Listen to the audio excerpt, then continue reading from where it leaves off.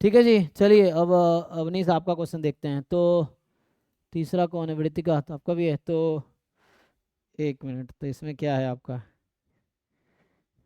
अभी test discussion होगा एक साथ अभी, लेकिन ठीक है। तुम ग्रुप में डाउट वाले लोग बताते नहीं है क्या? ये वैभव है। नहीं सर। नहीं, इनको बता रहे हैं। वृत्तिका, आपका जो डाउट वाले फैकल्टी हैं, वैभव है या ये कौन है, सर उनसे शुभाजीत? पूछा था पर मुझे समझ नहीं आया। अच्छा, तो इसमें कहाँ डाउट है आपको? कह रहा है कि एक्स एक्चुअली ये क्यूब नहीं है, मोर देन इक्वल टू है, टाइपिंग एरर, ठीक है ना? ये ए और बी पार्ट तो हो गया, डी पार्ट कोई थ्योरम है क्या सर? ये एक प्रूफ नहीं हो एक तो रहा। इनको ना मैसेज करके बताओ, जहां आपको एरर दिखे ना उनको बताओ कि ये क्या आ रहा है। एक्चुअली सही से रीड नहीं कर रहा ना फाइल को। जैसे पहला पार्ट तो x more than equal to zero है, तो बोल रहा है कि e x more than equal to zero, yes. तो उसमें देखो मोर देन इक्वल टू है। वैसे सी पार्ट में भी यही दिक्कत है कि वहाँ मोर देन इक्वल टू, यहाँ लेस देन इक्वल टू है। तो उनको बताओ कि भैया ये इस तरह का प्रॉब्लम आ रहा है, उसको ठीक करो। उसका है। हाँ, अभी try करेंगे। अरे भाई हाफिज, अपना माइक म्यूट कीजिए। सो ठीक है, हाँ।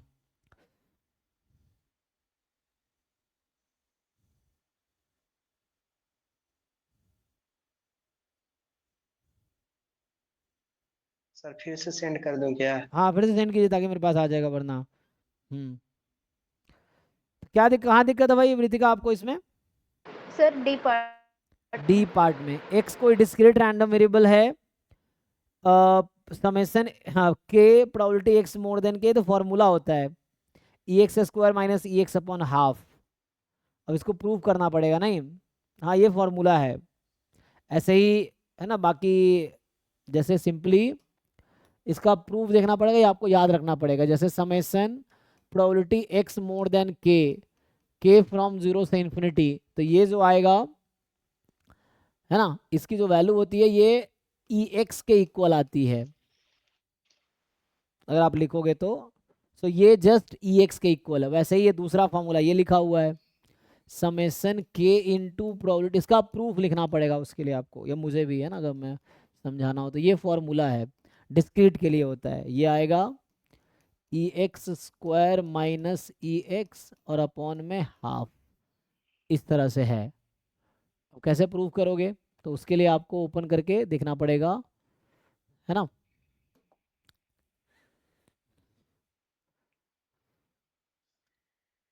बताओ कैसे प्रूव करोगे? ई एक्स को ओपन करो, मतलब इसका प्रॉपर प्रूफ देखना पड़ेगा। ये थ्योरम है, ये सब थ्योरम के स्टेटमेंट है जो शायद आपने पढ़े नहीं होंगे।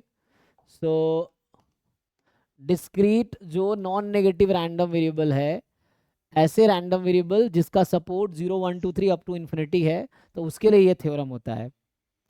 कोई नॉन नेगेटिव रैंडम वेरिएबल है ना, लिख रखा ना, x is a discrete non negative random variable, इसके लिए ये थ्योरम है। और भी होते हैं इस तरह के, तो आपको थोड़े देखने पड़ेंगे बुक में, या कुछ ऑनलाइन सर्च करो, इस तरह का फॉर्मूला मिल जाएगा।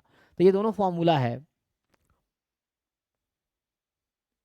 क्या करें इसमें? अब इसमें थ्योरम के स्टेटमेंट है, प्रूफ लिखना पड़ेगा। तो प्रूफ बुक में मिल जाएगा, बुक में थोड़े से आपको एक्सप्लोर करने पड़ेंगे। कौन से बुक में देखोगे? ओके सर, इसको एज अ रिजल्ट याद कर हाँ, लूंगी। एज ए रिजल्ट याद कर सकते हो, या इसका प्रूफ मिल जाएगा। जैसे ये प्रूफ अगर पहला वाला मैं कर दूं तो आपको आइडिया के लिए, तो जैसे ये जो ई एक्स होता है ना, ये होता है summation x into probability at x, यही है। तो अभी तत्काल मैं इसको ऐसा लिख देता हूँ, x into p x P M F है, एक्स फ्रॉम जीरो से इन्फिनिटी मान लो। तो इसको ओपन करोगे तो क्या होगा? Zero into p zero, one into p one, two into p two, और फिर थ्री इंटू पी थ्री, चलता रहेगा ऐसे। अब होता क्या, हम करते क्या है देखो, तो ये तो चलो जीरो हो गया, हटा दो। अब सारे टर्म को आप एक जगह कलेक्ट करो। देखो एक एक टर्म, सब जितने टर्म्स है ना, एक एक टर्म उठा लो। मतलब P1 plus P2 plus P3 P4 P5 P6, एक एक टर्म। क्या बचा बताओ, नेक्स्ट क्या बचेगा? ये तो एक ही था ना, P1 तो गायब हो गया, ये दो था, एक बचा हुआ था। अगला होगा P2 plus P3 plus P4 dot dot dot, और ये प्रोसेस चलता रहेगा। सर 2p3 नहीं बचेगा? हाँ, तो वही बोल रहा हूँ, ये प्रोसेस चलता रहेगा आगे। आगे P3 से स्टार्ट होगा, P3 plus P4 so on, समझ रहे हैं? P1 एक बार ही था ना, वो तो हो गया ना काम उसका। एक बार P1 था, वो ले लिया। टू टाइम P2 था, P2 दो बार आ गया। P3 तीन बार है, P3 यहाँ भी P3 आया होगा, यहाँ भी आया, यहाँ भी आया। कुछ समझ आ रहा है? Yes sir. फिर ऐसे ही आगे P4 से स्टार्ट होगा। P4 4 बार था ना, तो यहाँ भी आया, सब में आ रहा है। अब देखो इसी चीज को इसने क्या लिखा, इसको अगर खोलोगे पहला टर्म इसका अगर देखोगे तो क्या है, k को 0 रखो तो x मोर देन 0, तो वो ये है। दूसरा टर्म क्या है, plus probability x more than 1, वो ये है। तीसरा टर्म क्या है, x मोर देन 2, वो ये है।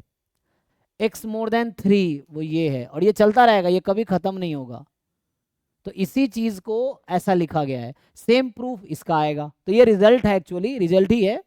तो आपको ये देखना पड़ेगा, प्रूफ लिखेंगे वैसे ही। अब इसको एक्सपैंड करेंगे और ऐसे ही इसको ब्रेक, जैसे यहाँ ब्रेक किया हमने वैसे ही ब्रेक करूंगा, फिर उसको फिट करूंगा इस फॉर्म में। जैसे यहाँ फिट किया हमने तो वैसे ही वहां भी फिट करना है। So this is probability x more then 0, this is probability x more then 1, this is probability x more then 2, this is probability x more then 3, and this will keep on going.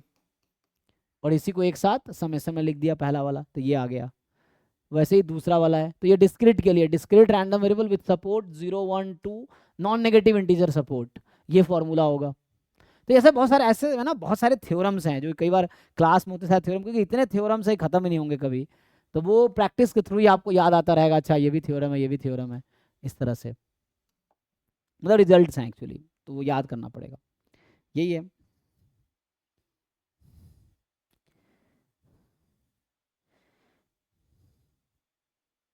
क्या बोला, moment of random variable x are defined as by e की power x की power r 0.6 है।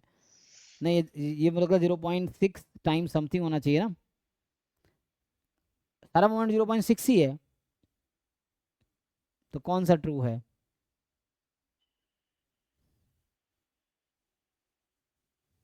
क्या लिख रहा है ये? और ये नेक्स्ट वाला तो गेट का है, जो नेक्स्ट तो गेट का क्वेश्चन है ना, ये तो लास्ट वाला। तो अभी आप वेट कीजिए, किसी इनका बता देते हैं अविनाश का, फिर आपके क्वेश्चन पे आते हैं। एक बताया ना आपका, अभी आते हैं।